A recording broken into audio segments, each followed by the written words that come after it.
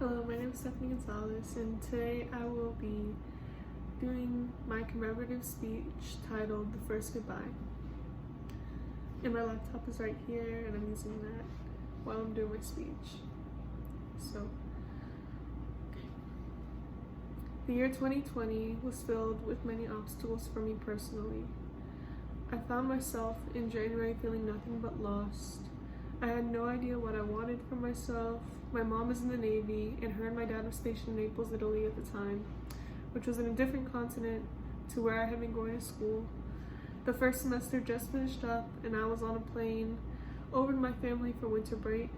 When I got the news I wasn't going to be attending the previous institution I was going to, I already knew the semester went bad, because from the beginning of it to the moment fall semester ended, the feeling of being lost, being alone, and being emotionally drained had only gotten worse and worse. But the minute I received the enrollment email was when I had hit my bottom. I got off the plane, and although the first thing I wanted to do was cry, I held a bit of excitement that I would finally be home with my parents and my dog. Yet my excitement was short-lived, because my parents had sent my dog to live with my brother in Houston a few days before I arrived, since she could no longer go up and down the stairs anymore.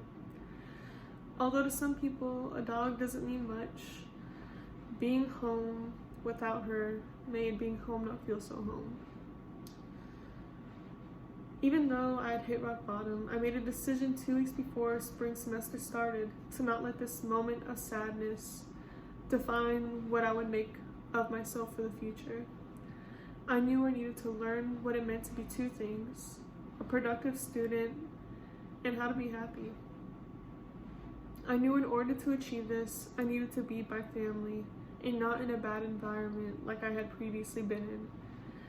And somehow the way things worked out was that I was going to go live with my brother in Houston, attend Houston Community College for the spring, and obtain a general associate degree by the end of the summer.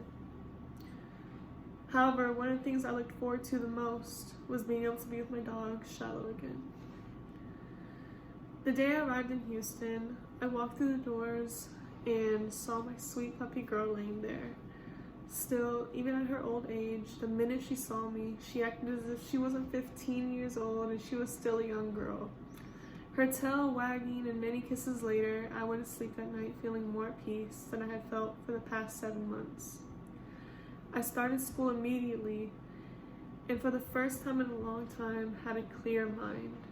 When I wasn't at school, I was usually hanging around the house with Shiloh and the other dogs my brother and his wife have, but it seems that was the piece before the next set of obstacles would come up. Those obstacles would make me move 3 more times within the time span of April to August. Sadly, I had to leave Shiloh once again, but she was what made me realize you can only go up once you hit the ground. She made me smile again, even though there was so much hurt inside of me. During the summer, I was still going to college and did end up completing my degree, having got honor roll for the spring semester and the 2 summer sessions I enrolled into courses during. My parents moved back to the U.S. after having lived overseas for the past 10 years. I finally got my driver's license, I got married and had applied, got accepted, and moved into an apartment of my own, all within 2.5 months. But the biggest blessing I received this summer, for all the hard work I put in, was given the same day I got handed the biggest obstacle I wasn't ready to face. August 18th was the day I flew to San Diego to live with my husband.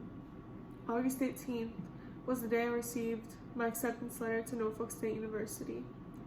August 18th was also the day my brother told me Shiloh had cancer. The weirdest thing that happened that day was after I arrived into the San Diego airport, saw the acceptance email, went to my husband, and fell asleep. While I was sleeping, I had the weirdest dream. I saw Shiloh in this garden, surrounded by other dogs, and even in my dream, I thought it was weird. But I went over to her and was petting her, and while I was doing this, all of a sudden, it was almost as if something started pulling me towards the gates to this garden. And I kept telling Shiloh, oh, sorry I had to go. But she looked at me, she still seemed happy. I woke up, told my husband I had the weirdest dream. And right when I said that, my phone rang and it was my brother. I didn't know how I knew, but before I even answered the phone call, I started crying. By the end of the night, I knew Shiloh was dying and she had around 3 months left. However, 3 months turned into 5 days. My brother is an oncology nurse and knew that 3 months was the best estimate given for Shiloh. But it was almost as if when Shiloh had heard the diagnosis, she got worse and weaker hour by hour. On the 21st, my brother told me keeping her alive was going to mean keeping her in pain. So he scheduled the euthanasia for the 23rd. I flew to Houston on the 22nd and had from 8 p.m. that night till 5 p.m. the next day to be with her. I knew the minute I saw her, her sickness got to her, and it hurt so much seeing her like that because even though I knew the situation, a part of me wanted to see the same girl I saw before I left Houston a few months previous to that. Although she wagged her tail when she saw me, she couldn't move at all. I stayed by her side the entire time I was there, but it was so hard. I had never seen something in the process of dying before. And seeing my best friend from when I was a child hurting the way that she was, I would have given anything to get rid of her pain the way she got rid of mine.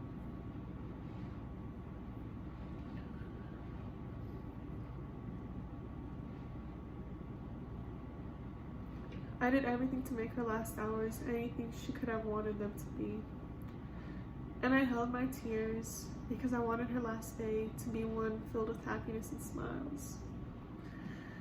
As we brought her to the vet clinic for the procedure, it kept hitting harder and harder how not ready I was to deal with this.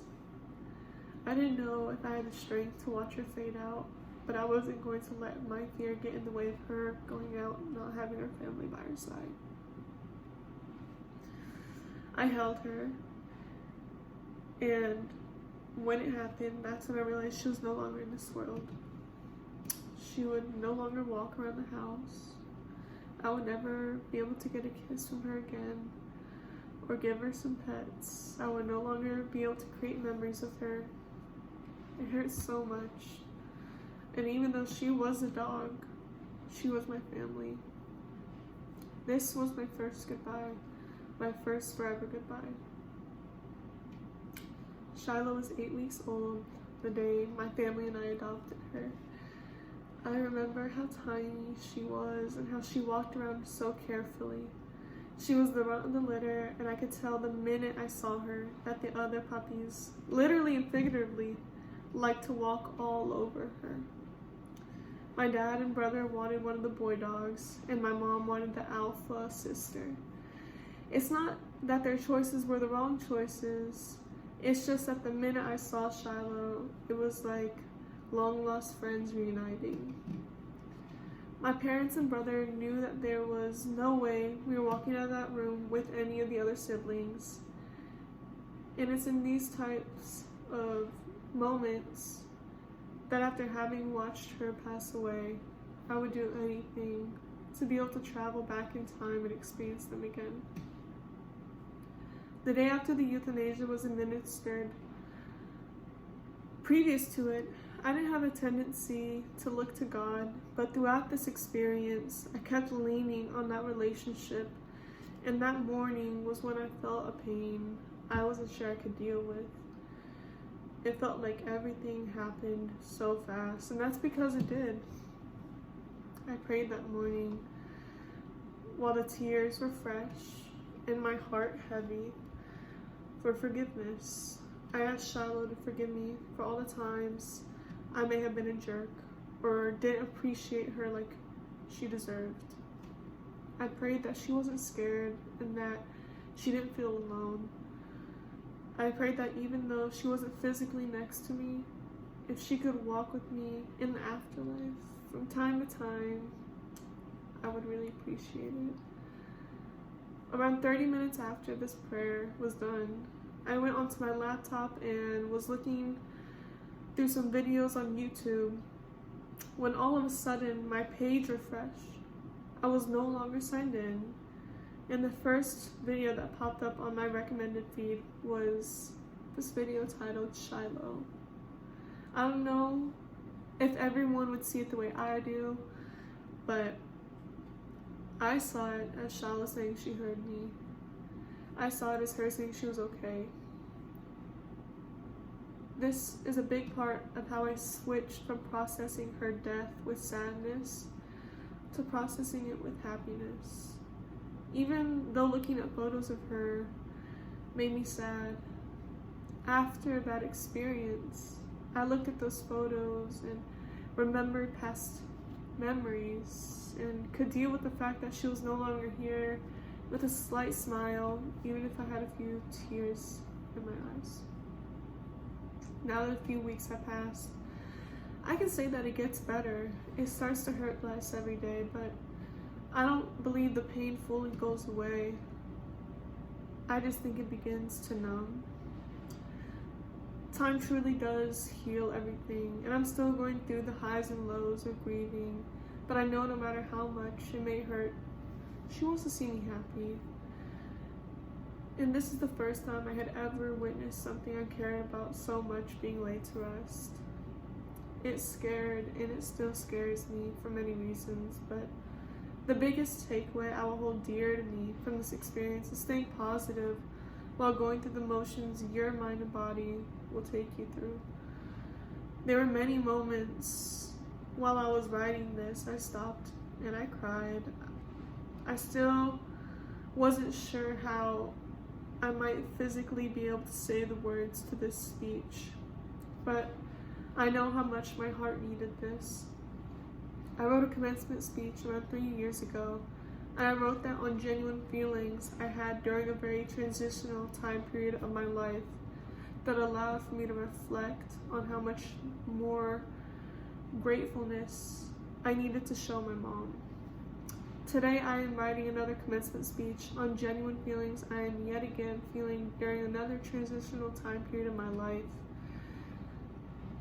In a way, I guess I see this speech as a way to say thanks to Shiloh and to show her that even though her body might not be here,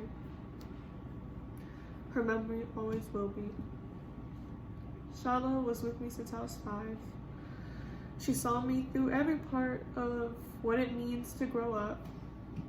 Although it genuinely hurt me to see her pass, nothing makes me happier than knowing I was as privileged as I was to be with her when she did. I know that even though there are still moments where I have regret for maybe not walking her as much as I should have, or maybe not petting her as much as I could have, I will always be happy knowing that her last day on earth was surrounded by family. She had her brother and sister to comfort her while she slept all the pain. And that is my speech. I'm section 90 as well. I don't remember if I referenced that in the past